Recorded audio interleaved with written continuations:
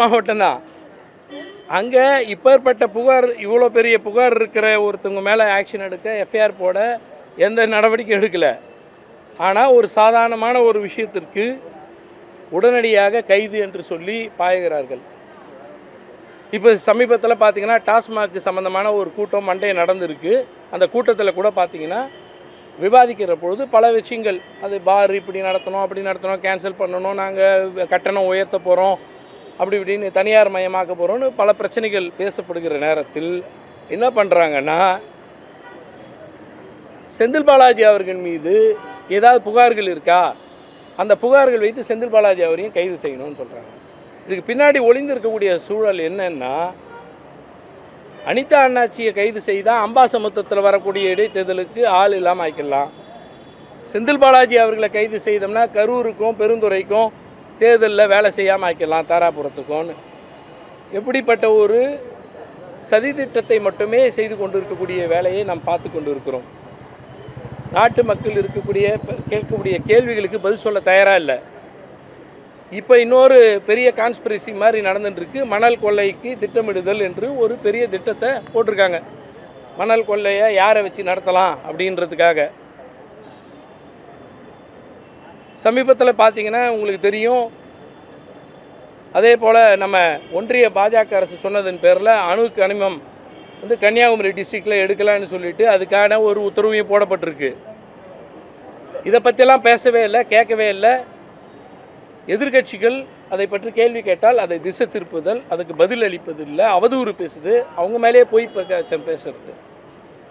இந்த அரசு பொறுப்பேற்கிறதுக்கு முன்னாடி தொடங்கினது, அதாவது 107 எம்எல்ஏக்களோடு தான் இருக்கிறாங்கன்னும் போது ஆட்சி அமைக்கிறதுக்கு மெஜாரிட்டி வேணும்னு ஆளுநர் கேட்ட அன்னியில் தொடங்கினார் குதிரை பேரத்தை நடிகர் விஜய் அவர்கள். லீமா ரோஸ் என்ன சொன்னாங்க, அதிமுகவோட பேச்சுவார்த்தை நடக்குது அப்படின்னு சொன்னாங்க. அதிமுகவோட என்ன அவங்க டிமாண்ட் வச்சாங்களோ தெரியாது. அதில் இருக்கிற ஒரு பிரிவு எங்களுக்கு அமைச்சர் வந்தால் போதும், ஒரு 8 அமைச்சர் 10 அமைச்சர்னு கேட்டாங்களான்னு தெரியல. உடனே அந்த கூட்டணி விரிவுன்னாங்க, பிரிஞ்சுதுன்னாங்க, ஏதோ ஒன்று நடந்தது. மாறாக என்ன நடந்ததுன்னா, திமுக கூட்டணியில் வெற்றி பெற்றவர்கள்லாம் அங்கே போனாங்க, கூட்டணியை அங்கே சேர்ந்து ஆதரவு தெரிவிக்கிறோம். ஆட்சி அமைக்கிறதுக்கு வாய்ப்பு கொடுத்தார் ஆளுநர். ஆட்சி அமைத்த பிறகு சட்டமன்றத்தில் பதவியேற்பு நடக்குது. முன்னாள் முதலமைச்சர் எங்களுடைய கழக தலைவர் அவரை வீட்டில் சந்திக்க போகிறாங்கன்னு சொல்லிட்டு சட்டமன்றத்தில் நேராக போய் சந்தித்தார். பிற கட்சி தலைவர்கள்லாம் சந்திக்க போகிறான்னாங்க. ஒன்று முன்னாள் முதலமைச்சர்ன்ற முறையில் பார்த்தார், கட்சியோட தலைவர்னு பார்த்துருக்காங்க, பிற கட்சிகளோட தலைவரையும் பார்த்துருக்காங்க. ஆனால் அதிமுகவோட கட்சி தலைவர்ன்ற முறையிலேயே பொதுச் செயலாளர் இருக்கார் எடப்பாடி பழனிசாமி சந்திக்கல. ஏன் முன்னாள் முதலமைச்சராக இருந்தாருன்னு சந்திக்கல அவரை. மாறா யாரை போய் சந்திக்கிறாங்கன்னா, அதிமுகவிலே ஒரு பிரிவு இருக்கிற அந்த ஒரு பிரிவு வரைக்கும் போய் சந்திக்கிறாரு ஒரு முதலமைச்சராக பொறுப்பேற்றிருக்கிறவர். எவ்வளோ பெரிய அட்டூடியும் அந்நியாயம்னு பாருங்கள். இது குதிரை பேரத்தை முதலில் தொடங்கி வைத்திருக்கக்கூடியவர் யார் என்றால் நடிகர் விஜய், இன்றைய முதலமைச்சர் விஜய் அவர்கள் தான். அவர் தான் இந்த A1 ஃபஸ்ட். இதில் A1னா ஆக்டர் 1, நம்பர் 1 ஆக்டர்ன்றதுக்காக சொல்ல வந்தேன். நீங்கள் A1னா அக்யூஸ்ட் 1ன்னு நினச்சிக்க போகிறீங்க. ஏன் இதை சொல்கிறேன்னா, அவர் தான் முதல்ல போய் பேசுகிறாரு. ஒரு பிரிவோடு போய் பேசுறது நாகரிகமானதா, அரசியல் பண்பு உடையதா, மரபு உடையதா, சட்டத்துக்கு உட்பட்டதா? ஆனால் அவர் செஞ்சார். சரி, ஏதோ பேசிட்டு வராரு போகிறாருன்னா, போகும்போதெல்லாம் பார்த்தீங்கன்னா அவர் எப்படின்னா, அவர் உட்காரத்துக்கு சோஃபா செட் இருக்காதுன்னு சொல்லிட்டு கையிலே சோஃபாவோட போயிடுறாரு. ஆனால் சோஃபா செட் எடுத்துன்னு போய் போட்டு உக்காந்துட்டு கிளம்பும் போது அந்த சோஃபாவை அங்கேயே விட்டுட்டு வந்துடுறாரு. இது நல்ல ஒரு மெத்தடு. அவர் பிஜேபியோட ஃப்ரெண்ட்ஷிப் பண்ணார். பிஜேபி சொல்லிச்சு, நான் ஒரு வாஷிங் மிஷின் கொடுக்குறேன், நான் இங்கே ரொம்ப நாளாக க்ளீன் பண்ணது இருக்குது, அந்த வாஷிங் மிஷினை கொண்டு போனீங்கன்னா எந்த குற்றத்தில் இருந்தாலும் அவங்களெல்லாம் க்ளீன் பண்ணிக்கலாம், நீ எடுத்துக்கோ யூஸ் பண்ணிக்கோன்னு சொல்லிச்சு வாஷிங் மிஷினை கொண்டு வந்தாங்க. வாஷிங் மிஷினில் என்னங்க பவுட்ரு போடணுன்னாங்க.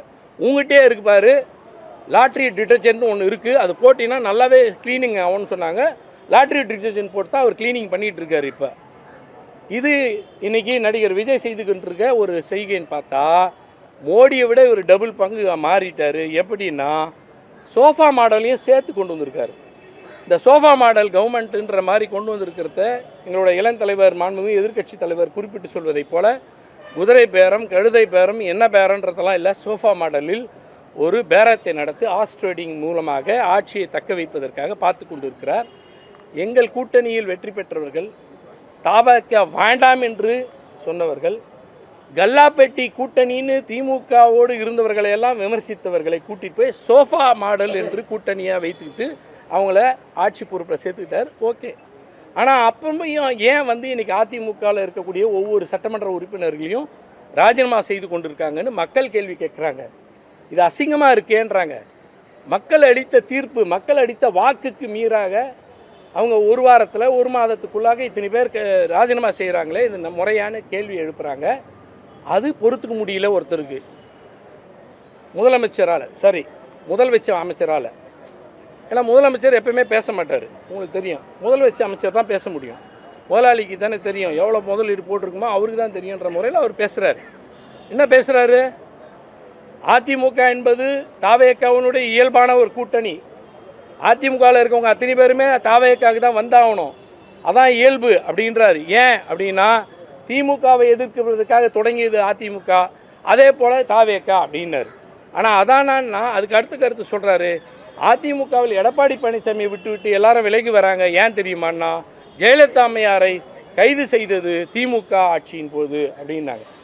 கலைஞர் அவர்கள் முதலமைச்சராக இருந்தபோது நேரடியாக உடனே கைது செய்யலை. சிவராஜ் பேட்டல் ஹைகோர்ட் ஜஸ்டிஸ் இப்போ எப்படி அனிதா ராதாகிருஷ்ணனுக்கு ஆன்டிசிபேட்டரி பெயில் கேட்டாங்களோ, அது மாதிரி ஜெயலலிதா அம்மையார் அன்றைக்கி ஆன்டிசிபேட்டரி பெயில் போட்டாங்க. அன்றைக்கி இருந்த நீதிபதி சொன்னார், இது சீரியஸ் அஃபென்ஸு, இதை வந்து இன்வெஸ்டிகேஷனை ஃபேஸ் பண்ணி ஆகணும், ஆன்டிசிபேட்டரி பெயில் கொடுக்க முடியாதுன்னு சொன்னதோடு நிறுத்தாமல் அவர் நோட் போடுறாரு. ஏன் இந்த அரசு காவல்துறை இன்னும் கைது செய்யவில்லை, கைது நடவடிக்கை எடுக்கவில்லைன்னு சொன்னதனால் முதலமைச்சராக இருந்த கலைஞர் அவர்கள் காவல்துறைக்கு உத்தரவிட்டார். நாகரிகமாக, முறையாக, சட்டம் அவர்களை கைது செய்ய வேண்டும் என்று அறிவிக்கப்பட்டார். பகல் வேளையில், நள்ளிரவில் அல்ல, கதவை உடைத்து கொண்டு அல்ல, தரதரவனை இழுத்து வந்தல்ல, பூஜையில் இருக்கிறவங்கள பூஜை செய்ய விட்டு பொறுமையாக சாப்பிட்டுட்டு முறையாக அழைத்து சென்று கைது நடவடிக்கை செய்யப்பட்டவர். எதுக்கு? இந்திய எதிர்ப்பு போராட்டத்தில் ஜெயலலிதா கலந்துக்கினாங்கண்ணா? இல்லை மும்மொழி கொள்கையை எதிர்த்தோம்மா? இல்லை மாநில உரிமைகளுக்காக, மாநில சுயாட்சிக்காக போராடினாங்கண்ணா? அதெல்லாம் இல்லை. சுப்பிரமணிய சாமி அவர்கள் அதிமுக ஆட்சி இருக்கும் பொழுது, ஜெயலலிதா முதலமைச்சராக இருக்கும் பொழுது, சொத்து குவிப்பு வழக்குக்காக டிஸ்ப்ரொபோர்ஷனேட் அசட் கேஸ்ன்னு சொல்லி அவங்க போட்ட அந்த வழக்குக்கு அதுக்காக தான் கைது செய்யப்பட்டார்கள். இருக்கட்டும், சரி, அது ஏதோ ஒரு பக்கம், அதனால தான் அவங்களுக்கு வெறுப்புன்னாங்க. நான் கேட்குறேன், 2014 இதெல்லாம் யார் பேசுறது? அமைச்சர் ஆதவ அர்ஜுனா பேசுகிறார். அம்மாவை கைது செய்யின கட்சியோடலாம் கூட்டணியா ஆச்சா பூச்சான்னு சொல்லி கேட்குறாரு. நான் இப்போ கேட்குறேன், திரு ஆதவ அர்ஜுனா அவர்களே, அரசியல் பற்றி அவருக்கு என்ன தெரியுன்றது எனக்கு தெரியல. நான் கேட்க வர்றது என்னன்னா, 2014ஆம் ஆண்டு பெங்களூரில் இதே போல் நீதிமன்றத்துக்கு போன இடத்துல கைது செய்யப்பட்டாங்களே, அன்றைக்கி கைது செய்தது யார்? அன்றைக்கி யார் ஆட்சி இருந்தது? அன்றைக்கி காங்கிரஸ் தான் அங்கே ஆட்சியில் இருந்தது, காங்கிரஸ் தான் அது கைது செய்தது. அப்போ காங்கிரஸ் கைது செய்துன்றதுனால காங்கிரஸை இனிமேல் நான் கூட்டணியில் வச்சுக்க மாட்டேன் அப்படின்னு ஆதவ அர்ஜுனா சொல்லுவாரா? இல்லை செங்கோட்டையன் சொல்லுவாரா? 21 நாள் கைது செய்தவர்கள் திமுகவினருக்குன்னாரு. காங்கிரஸ் கட்சி தான் அங்கே கைது செய்ச்சு. அம்மாவை கைது செய்த அந்த காங்கிரஸோட கூட்டணியில் இருக்க மாட்டேன். ஒன்று காங்கிரஸ் வெளில அனுப்புவேன், இல்லை நான் வெளில போகிறேன், எனக்கு அமைச்சரே வேணாம், எங்கள் அம்மாவை கைது செய்த கட்சியோடு நான் கூட்டணி வச்சுக்கிட்டு நான் அமைச்சர் பதவியில் இருக்க மாட்டேன்னு செங்கோட்டையன் சொல்லுவாரா? கிடையாது. இப்படிப்பட்ட ஒரு மோசமான அளவுக்கு குதிரை பேரத்தை நடத்திவிட்டு இன்றைக்கும் அதிமுகவை ஒன்றொன்றாக ஒவ்வொரு சட்டமன்ற உறுப்பினராக ராஜினாமா செய்ய சொல்லிட்டு ஹார்ஸ் ட்ரேடிங்க்கு மிகப்பெரிய ஆவணமாக மதிமுகவினுடைய பொதுச் செயலாளர் திரு வைகோவிடம் விஜய் அவர்களே சொன்னாருன்னு சொல்லி அவர் கன்ஃபெஷன் ஸ்டேட்மெண்ட் கொடுக்குறாரு. முதலமைச்சர் விஜயே வந்து நீங்கள் வந்து உங்கள் எம்எல்ஏ அங்கே 2 பேர் ராஜினாமா பண்ணாங்கன்னா உங்கள் கட்சியில் சார்ந்தவர் திமுகவில் எம்எல்ஏ ஆகிட்டவங்க அவங்கள ராஜினாமா பண்ணாங்கன்னா நான் அவங்கள வெற்றி பெற வைக்கிறேன்னு சொன்னாருன்னு அவர் தான் சொன்னார், பொதுக்குழுவில் சொன்னார், செய்தியாளர்கிட்ட சொல்லியிருக்காரு. அப்போ அது ஹார்ஸ் ட்ரேடிங் வராதா? குதிரை பேரம் கிடையாதா? இவ்வளோ மோசமான ஒரு அரசியலை முன்னெடுத்து விட்டு வாய்க்கிழியே பேசுகிற திரு ஆதவ அர்ஜுனா எப்படி பேசுகிறாருன்னா, கொஞ்சம் கூட மனசாட்சியோடு இல்லை, ஒரு மிக மோசமான ஒரு அரசியல் முன்னுதாரணத்தை தமிழ்நாட்டில் விதைத்து கொண்டிருக்கிறார். டிஸ்இன்ஃபர்மேஷன் புரோட்டோகால் என்ற பெயரில் எதற்கெடுத்தாலும் பொய் பிரச்சாரம், அதை கட்டமைத்தல், எல்லா இடத்துலையும் ஒரே மாதிரி பொய் பேச வைக்கிறது, அந்த அவதூறுகளை வைத்தே ஒரு அரசியல் செய்வது, ஒரு பர்சனல் அட்டாக் என்ற முறையில் செய்கிறது, இப்படிப்பட்ட ஒரு அரசியலை செய்வதன் மூலமாக இன்னைக்கு என்ன பேசியிருக்காரு? கரூரில் நடந்தது எப்பேற்பட்ட கொலை தெரியுமான்றாரு. காவல்துறை வச்சு கொலை பண்ணப்பட்டதுன்றார். யார் முதலமைச்சர்? இப்போ நடிகர் விஜய் அவர் தான் முதலமைச்சர். இப்போ ஆக்டிங் முதலமைச்சராக இவர் இருக்கார், அது வேறு விஷயம். அதையாவது அவர் கேட்டு, ஏங்க இப்பெல்லாம் சொல்லியிருக்க என்ன நடந்ததுன்னு இது வரைக்கும் விசாரணை நடந்ததா? ஏற்கனவே சிபிஐ விசாரிச்சுட்டு இருக்கு. கேட்டவங்களே இவங்க தான். சுப்ரீம் கோர்ட்டில் போயிட்டு சிபிஐ விசாரணை வேணும்னு கேட்டு சிபிஐ விசாரணை நடந்து கொண்டு இருக்கக்கூடிய வேளையில் இப்போ கரூருக்கு நான் போவேன்னு சொல்கிறதும், கரூரில் நான் வந்துட்டு போய் ஏதோ மக்களை பார்க்க போகிறேன். எதுக்கு? 41 பேரை கொண்டு போட்டோமேன்னு பிராயசித்தம் தேடுறதுக்காக போகிறாங்களா? அவங்களுக்கு வேலை வாய்ப்பு கொடுக்குறதுக்காக போகிறேன், அவங்களுக்கு ஆறுதல் சொல்கிறதுக்கே மகாபலிபுரம் கூப்பிட்டு ஆறுதல் வச்சவர். உலகத்திலே செத்தவங்க வீட்டுக்கு போகாமல் செத்தவங்களை வீட்டு குடும்பத்தை கூப்பிட்டு ஆறுதல் சொன்ன பெரிய அறிஞர் அவர் தான். அப்பேற்பட்டவர் 278 நாள் ஆகுது. இப்போ அந்த சம்பவம் நடந்து 278 நாள் ஆகுது. இதுவரைக்கும் அவர் போகலை. ஏன் முதலமைச்சராகி 55 நாட்கள் ஆகுது, இது வரைக்கும் போகலை. இப்போ போகிறேன்னு ஏன் முடிவு எடுக்கிறார்? இப்போ யார் தெரியுமா? Undue influence.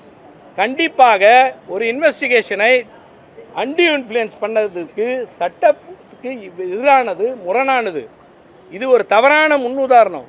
ஒரு முதலமைச்சராக இருக்கிறவர் இந்த மாதிரி போகிறது, அங்கே இருக்கக்கூடிய சாட்சிகளை டேம்பரிங் தி விட்னஸஸ்ன்னு வாங்க, அது போன்ற ஒன்றை செய்வதற்கு முற்படுகிறார்கள் என்பது ஒன்று. ரெண்டாவது என்ன காரணம்னா, எப்படியும் கரூரில் இடைத்தேர்தல் வரப்போகுது. இடைத்தேர்தலுக்கு பிரச்சாரத்துக்கு போனோம்னா இப்போ தான் வண்டி ஐயா நீன்னு கேட்கக்கூடாதுல்ல. அன்றைக்கி கொண்டுட்டு போனாங்களே, அன்றைக்கி செத்தாங்களே, செத்தவங்கள கூட பார்க்காம ஓடினீங்களே, இன்றைக்கி தான் வரீங்களான்னு கேள்வி கேட்ட போகிறாங்கன்றக்காக போகிறதுக்கு முற்படுறாரு. அடுத்த 10ஆம் தேதிக்கு போகிறேன்னு போகிறதுக்குள்ளே அவருக்கு என்ன அசிங்கன்னா, இந்த கரூர் சம்பவத்தில் தான் இப்படி நடந்ததுனால்தான் தாவேக்கா மிகப்பெரிய எழுச்சி பெற்றுதுன்னு சொல்கிறாரு. தாவேக்கா அங்கே வெற்றி பெற்றுதா? கரூரில் வெற்றி பெற்றுதான்னா இல்லை. அப்போனா என்ன அர்த்தம்னா, மக்கள் மிக தெளிவாக புரிந்து கொண்டார்கள். மக்களுக்கு நன்றாக தெரிகிறது இப்படி ஒரு விஷயம் நடந்ததுக்கு காரணம். 12 மணிக்கு வரேன்னு சொன்ன விஜய் 2 மணிக்கு இல்லை, 3 மணிக்கு இல்லை, 4 மணிக்கு இல்லை, 7 மணிக்கு வந்தார். காவல்துறை தடுக்குது, வேண்டான்னு சொல்லுது, அட்வைஸ் பண்ணுது. போனால் கூட்ட நெரிசல் ஏதாவது ஆகும்னு சொல்கிறாங்க.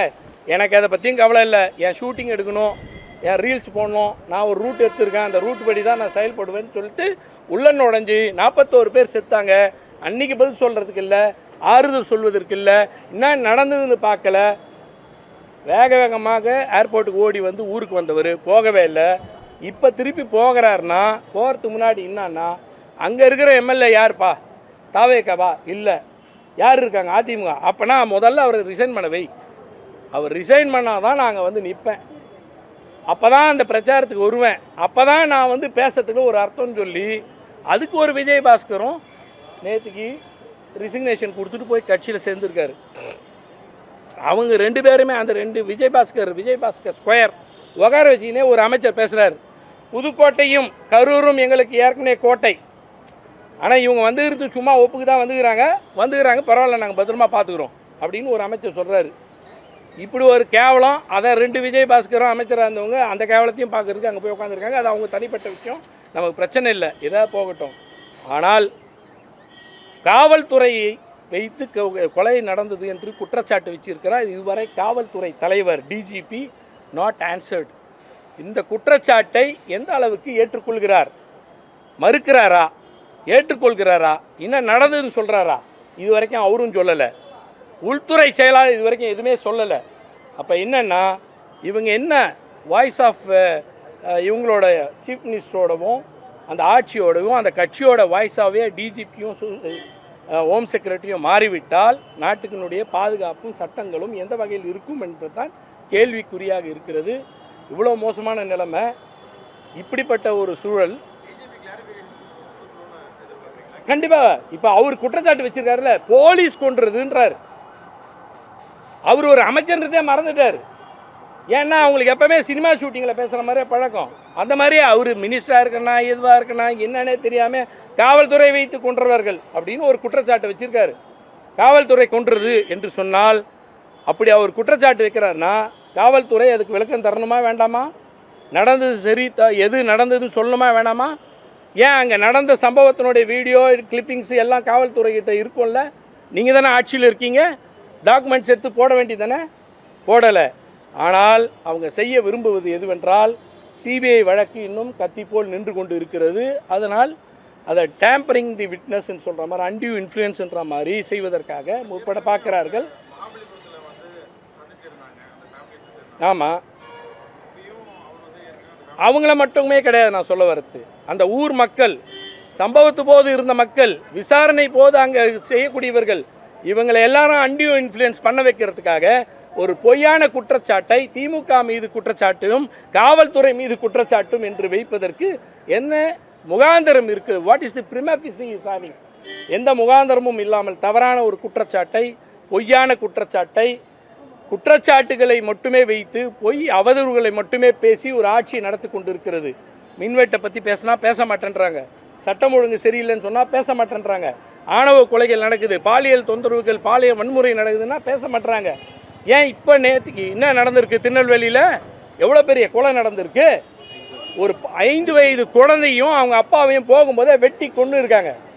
காஞ்சிபுரத்தில் தலை தனியாக முண்டம் தனியான்னு சொல்லி வெட்டி போட்டிருக்காங்க. பட்டப்பகலில் நடந்திருக்கு. எந்த நடவடிக்கையும் இல்லை, எந்த பதிலும் இல்லை. ஒரு முதலமைச்சர் பதில் சொல்ல, எந்த அமைச்சரும் பதில் சொல்ல. ஆனால் எப்படி இருக்காங்கன்னா, பிஜேபி என்ன சொன்னாலும் கேட்டுக்கிறேன்னு இருக்காங்க. அவங்க சொல்லக்கூடிய அத்தனை திட்டங்களுக்கும் ஒப்புதல் தராங்க. ஏன் இந்த கூட்டணியில் இருக்கிறாங்க பாருங்கள். இன்றைக்கி அமைச்சரவையிலேயே போய் இடம் பெற்றுட்டாங்க. இந்த ஆணவ கொலை விஷயங்கள்லாம் இப்போல்லாம் வந்து விசிகா பேசாது பொழுது என்னென்ன தெரியல. திமுகவோட இருக்கும்போது மட்டும் பேசுகிறாங்க. ஏன்னா திமுக பதில் அளிக்கும், அதனால் பேசுது. அங்கே பேசினாலும் பதில் அளிக்க இல்லை, கிடையாது. நீங்கள் யாருன்னா வந்துட்டு அவங்க கை தூக்கி ஒன்றா கூட்டணின்னு கை தூக்கி எதனா ஃபோட்டோ கிட்ட இருக்கா உங்ககிட்ட? மகாபலிபுரத்தில் கை தூக்கி அவங்க எல்லாம் ஒன்றா கூட்டணி இருக்கிற மாதிரி உங்ககிட்ட ஃபோட்டோஸ் இருக்கா? இருக்காது. ஏன்னா என்றைக்குமே அவங்க இவங்களெல்லாம் மறிக்கத்தே கிடையாது. இவங்களும் என்ன பண்ணுறதுன்னு தெரியாமல் கூட்டணியில் இருக்காங்க, பேசத்தும் கிடையாது. 100 நாள் வேலை திட்டத்தை முடக்கி போட்டிருக்காங்க ஒன்றிய பாஜக அரசு. திமுக சட்டமன்றத்திலேயே கண்டித்து எதிர்த்து நிறைவேற்ற முடியாது, நீ முழு நிதி தரணும், மாநிலத்தினுடைய உரிமை, மாநிலத்தினுடைய நிதி சுமையை ஏற்றக்கூடாதுன்னு தீர்மானம் போட்டதை வாபஸ் வாங்கிட்டு இப்போ விபி ஜி ஒப்புதல் கொடுத்தாச்சு, ஒர்க் ஆர்டரே வர ஆரம்பித்தாச்சு. 5000 கோடி இன்றைக்கி லாஸ். 5000 கோடி இன்றைக்கி நமக்கு நிதி சுமை வரப்போகுது. நான் கேட்குறேன், விவசாயிகள் கடன் ரத்துன்னு சொன்னாங்க, விவசாய கடனுக்கு பணம் இல்லைன்னாங்க. இதுக்கு 5000 கோடி கூடுதலாக ஆக போகுது. ஆனால் அந்த 5000 கோடியை விவசாயிக்கு ரத்து செய்யறதுக்கு வர்றதுக்கு தர தயாராக இல்லை, அதுக்கு தர தயாராக இல்லை. ஆனால் இந்த 100 நாள் வேலை திட்டத்தை மாற்றி இப்போ ஜின்னு கொடுத்தாங்கன்னா ஒன்றிய அரசுக்கு பயந்துக்கிட்டு அதுக்கு ஒப்புதல் தரத்துக்கும் 5000 கோடிக்கு ஒத்துக்கிட்டு இன்றைக்கி நிதி சுமையை ஏற்றுக்கிறதுக்கு தயாராக இருக்கார் விஜய்னா, தமிழ்நாட்டு மக்கள் மீது அவருக்கு அக்கறை இல்லை. தமிழ்நாட்டின் ஏழை எளியோரை பற்றி கவலை இல்லை, தொழிலாளர் பற்றி கவலை இல்லை, விவசாயிகளை பற்றி கவலை இல்லை. அவருக்கு தான் கவலை இல்லைன்னு கம்யூனிஸ்ட்டுகளும் கேள்வி கேட்கல, கம்யூனிஸ்ட்டு அது வரைக்கும் கேட்கல. திருப்பரங்குன்றத்தில் நடந்திருக்க சம்பவத்துக்கு அதை பற்றி ஒரு டாக்குமெண்ட்ரி வெளியிடணும்னு பார்க்குறாங்க, ஒப்புதல் கிடையாது, பெர்மிஷன் கிடையாது. ஏன்? அதுக்கு முன்னாடி வந்துட்டு ரிசர்வேஷன் ஃபார் முஸ்லீம் இருக்குது, பிசி முஸ்லீம்னு இருக்குது. அந்த ரிசர்வேஷன் இருக்கிறவங்களுக்கு பாதிக்கக்கூடாதுன்னு யாராவது மத மாற்றத்தில் வந்திருந்தால் கூட அது பாதிக்காமல் இருக்கணுன்றதுக்காக ஒரு சட்டத்தை, ஒரு ஜியோவை திமுக ஆட்சியில், திராவிட மாடல் ஆட்சியில் எங்கள் தலைவர் அவர்கள் போட்டிருந்தா அதை இப்போ கேன்சல் பண்ணுறாங்க. அதாவது நீதிமன்றம் அதை கேள்வி கேட்டு ஸ்ட்ரக் டவுன் பண்ணுறது. இது வரைக்கும் ஒரு கண்டனம் இல்லை. யார் விஜய் பண்ணுவாரான்னு நம்ப வேண்டாம். இந்திய யூனியன் முஸ்லீமுக்கு இது வரைக்கும் பேசவே இல்லையே, எங்கே போச்சு? ஏன் பேசலை? கண்டிக்க வேண்டாமா? இஸ்லாமியருக்கு பாதிப்புன்னா குரல் கொடுக்க வேண்டாமா? அதெல்லாம் பேசினா அமைச்சர் பதவி போயிடுமேன்னு நினைக்கிறாங்க பொழுது. அதனால் இங்கே அந்த கூட்டணியிற்கு போயிருக்கக்கூடியவர்கள் எப்படி இருக்காங்கன்னா, நீ இன்னவனா செஞ்சுக்கோ எங்களுக்கு அமைச்சர் அப்படின்ற நிலைமைக்கு அவங்க போயிட்டாங்க. காங்கிரஸ் பற்றி சொல்ல தேவையில்லை, எப்படிப்பட்ட நிலைமைகள் இருக்குது, என்ன மாதிரியான விஷயங்கள் நடக்குதுன்னு பினராயி விஜயனே சொல்லியிருக்காரு தெளிவாக. ராகுல் காந்தி அவர்கள் செய்கிற நடவடிக்கையெல்லாம் பார்த்தா பாஜகவை மீண்டும் ஆட்சிக்கு கொண்டு வராமல் விடமாட்டார் பொழுதுன்னு பினராயி விஜயன் தான் சொல்லியிருக்காரு. அவரை பற்றி இவங்க வாய் திறக்க முடியாது. ஆனால் காங்கிரஸை பற்றி ஏதாவது பேசுங்கன்னா நாங்கள் அடிக்கிற அடி தாங்க மாட்டோன்னு. அண்ணா 1967 அடிச்சார், ஒரு நாக் அவுட்டு, இன்னும் எழுந்துக்கல. நாங்கள் தான் ஐசியூவில் வச்சுருந்து காப்பாற்றி கொண்டு வந்து இப்போ ஜென்ரல் வார்டில் கொண்டு வந்து வச்சுருந்தோம். ஜென்ரல் வார்டிலேருந்து யாரோ ப்ரைவேட் ஹாஸ்பிட்டல் கூட்டும் போகிறாங்கன்னு கூட்டும் போயிட்டாங்க. அதுக்கும் போயிட்டார். அவங்க போய் சேர்ந்துக்கிறாங்க. இவங்கெல்லாம் எங்களை அடித்தா நாங்கள் தாங்க மாட்டோமான்னு. அண்ணா அடித்து 50 வருஷம் ஆகுது, 55 வருஷம் ஆகுது. அடி வாங்கினது, நாக் அவுட் ஆனது, இன்னும் ஐசியூலேருந்து எழுந்து வந்துருக்குது. நாங்கள் தான் காப்பாற்றி கொண்டு வந்திருக்கோம். இதுக்கே இந்த பேச்சு, இந்த மாதிரி ஒரு சூழல் நடந்து கொண்டு இருக்கிறது. அதனால் யாரையும் இந்த ஊரை விட்டு போங்க, அந்த ஊரை விட்டு போங்கன்னு சொல்லிங்கிறீங்க. எதுக்கு போனோம்? நீ பண்ணுற அட்டுவடியத்தெல்லாம் கேள்வி கேட்குறாரு எங்கள் உதயநிதி, எங்கள் இளம் தலைவர், எதிர்கட்சி தலைவர். மக்களுக்கான கேள்வியை கேட்கக்கூடிய தலைவராக இருக்கார். நீ கனிம வளத்தை கொள்ளை அடிச்சுன்னா கேள்வி கேட்கக்கூடாது. நீ டாஸ்மாகில் புதிய ரூல்லாம் கொண்டு வந்து கொள்ளடிக்க போகிறேன்னா அதை நாங்கள் கேட்கக்கூடாது. மின்வெட்டு செஞ்சினா மின்வெட்டு ஏன் செஞ்சேன்னு சொல்லி கேட்குறாரு. மக்களின் குரலாக அவர் இருக்கார். இவங்க இப்போ எங்களை வந்து ஆட்சி பொறுப்பு போச்சுன்றதெல்லாம் முக்கியம் இல்லை, கவலை இல்லை. அதை பற்றிலாம் மக்களோட நின்று கொண்டு இருக்கக்கூடிய தலைவர் எங்களுடைய தலைவர். மக்களுடைய மனதில் இடம்பெற்றிருக்கக்கூடிய தலைவர் எங்களுடைய தலைவர். அண்ணா சொன்னதை போல் இருமொழி கொள்கை இருக்கும் வரைக்கும் இந்த அண்ணாதுரை தான் இந்த ஆட்சி நடத்துவதாக அல்ல, தமிழ்நாட்டை ஆள்வதாக அர்த்தம் சொன்னார் பாருங்க. அது மாதிரி தான் எங்களுடைய தலைவர் கொண்டு வந்திருக்க ஸ்கீம்ஸ் இருக்கிற வரைக்கும் தலைவர் மு.க. ஸ்டாலின் தான் இந்த தமிழ்நாட்டை ஆள்வதாக அர்த்தம். 2500 ரூபா தரேன், 1000 ரூபாய் தான் கொடுத்துட்டுருக்கேன். அப்படின்னா என்ன அர்த்தம்? திராவிட மாற்றம் 2.0 தான் நடக்குதுன்னு அர்த்தம் சொல்லலாமா? நீ சொன்ன ஒரு வாக்குறுதி கூட நிறைவேற்றத்துக்கு இது வரைக்கும் வரல. விவசாய கடனை ரத்துன்னு சொன்ன இது வரைக்கும் ஒழுங்காகவே நடக்கலை. 200 யூனிட்டு பவர் கட்டு இது பவர் கன்சப்ஷன் சொல்லியிருக்காங்க. யாருன்னா உங்களுக்கு தெரியுமா? 303 யூனிட் வந்தவருக்கு எவ்வளோடான்னா வழக்கத்தை விட அதிகமாக வருது பில்லு. அப்போ என்ன அர்த்தம்? அது நீங்கள் யாருன்னா இருந்தால் பாருங்கள் இபி பில் எந்த அளவுக்கு இருக்குன்னு.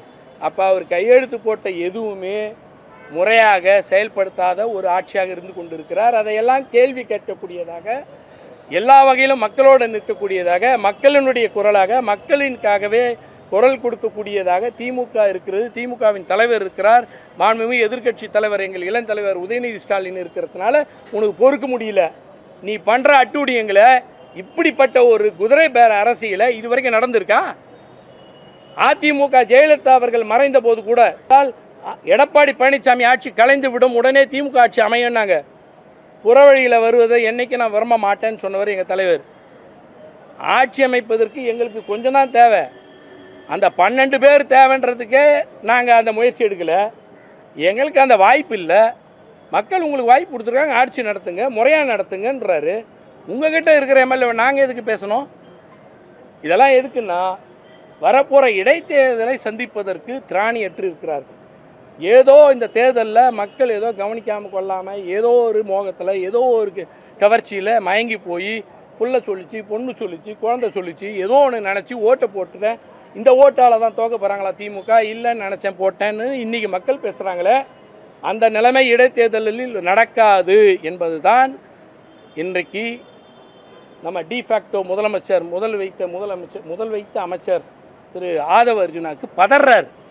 அதனால தான் பார்க்குறாரு, அடப்பாம இந்த இடைத்தேர்தலை நம்ம தோற்றோம்னா நம்ம கவர்மெண்ட் உண்மையிலே விழுந்துருமோ, இந்த கூட்டணியெல்லாம் பிரிஞ்சுடுமோ, நம்ம வெளிச்சம் வெளியில் வந்துடுமோன்ற அச்சத்தினால அவர் என்ன பண்ணுறாரு, எல்லார் மேலே பொய் வழக்கு, பொய் அவதூறு, அவங்கள கைது செய்வேன்றது, இப்போ கைது செய்யறதுக்கு அலையிறது, சட்டம் ஒழுங்கை பாதுகாக்கிறத விட்டாச்சு. பாதிக்கப்பட்டவங்களுக்கு நிவாரணம் இல்லை, அடிப்பட்டவங்களுக்கு, கொலை ஆனவங்களுக்கு எந்த நடவடிக்கை எடுக்கக்கான, குற்றவாளிகளை கைது செய்யலை. ஆனால் ஒரு முன்னாள் அமைச்சரை கைது செய்வதற்கு மட்டும் இவ்வளோ அலையிறாங்க. இந்த அளவுக்கு காட்டுறாங்கன்னா வெறுப்பரசியலை இங்கே கொண்டு வந்திருக்கிறார்கள். இந்த வெறுப்பரசியலும் அவதூறு அரசியலும், இந்த மாதிரி டிஸ்இன்ஃபர்மேஷன் புரோட்டோகால் என்று சொல்லக்கூடிய ஒரு மிக கேவலமான ஒரு அரசியல் தன்மையை ஆதவ அர்ஜுனா அவர்கள் கையில் எடுத்துக்கொண்டு ஒரு புது அநாகரிகமான அரசியல் தன்மையை தமிழ்நாட்டில் நுழைய வைத்திருக்கிறார். அதனையெல்லாம் தடுத்து நிறுத்தக்கூடியவராய், அதையெல்லாம் கேள்வி கேட்கக்கூடியவராய், குடைந்து எடுக்கக்கூடியவராய், இப்பொழுது இல்லை என்றாலும் மிக விரைவில் உங்களை வீழ்த்தக்கூடிய தலைவராக எங்களுடைய மாண்புமிகு எதிர்க்கட்சி தலைவர் இருக்கிற காரணத்தினால் உன்னால் பொறுக்க முடியாமல் வேணா லண்டனுக்கு போயிடும். நாங்கள் ஏன் போனோம்? மக்கள் எங்களோட இருக்காங்க, நாங்கள் மக்களோடு இருக்கிறோம். மக்களை நாங்கள் என்றைக்கும் விட்டு கொடுக்க மாட்டாங்க, மக்கள் எங்களை யாரும் என்றைக்கும் விட்டும் கொடுக்க மாட்டாங்க. நீ மக்களை ஏமாற்ற பார்க்கிறாய், அதை எந்த நிலையிலும் விட்டு கொடுக்க மாட்டாது திமுக என்பது தான் எங்களோட நிலைப்பாடு. தேர்தல் காரணமாக தான் முதலமைச்சர் அனிதா கைது முன்ஜாமீன் கேட்ட நீதிபதி அவர் பேசியிருக்கக்கூடியது முதலமைச்சர் பொறுப்பில் இருக்கக்கூடியவர் மாண்பை குலைக்கக்கூடியவர்கள் பேசியிருக்காரு, அவருக்கு தர முடியாது அப்படின்னு சொல்லி முன்ஜாமீனை ரத்து பண்ணியிருக்காங்க. நீங்க அந்த வீடியோ பார்த்தீங்களா? அவர் பேசுனதை திமுக ஏற்றுக்கொள்கிறதா, ஆதரிக்கிறதா? இல்லை அவங்க பேசுனது சரி தப்புன்னு நான் பேசவே இல்லை. அப்படி இருக்குன்னா அது வேற. நீதிமன்றம் அதை ரத்து செய்த உடனே கைது செய்ய வேண்டிய அளவுக்கு பெரிய குற்றம் அல்ல. ஒரு அப்பாவையும் பிள்ளையும் அதே திருநெல்வேலியில் பக்கத்தில் இருக்கிற இடத்துல வெட்டி போட்டிருக்காங்க. இது வரைக்கும் குற்றவாளிகளை கைது செய்ய வைக்கலையா? குற்றவாளிகளை நடமாட விட்றீங்களா?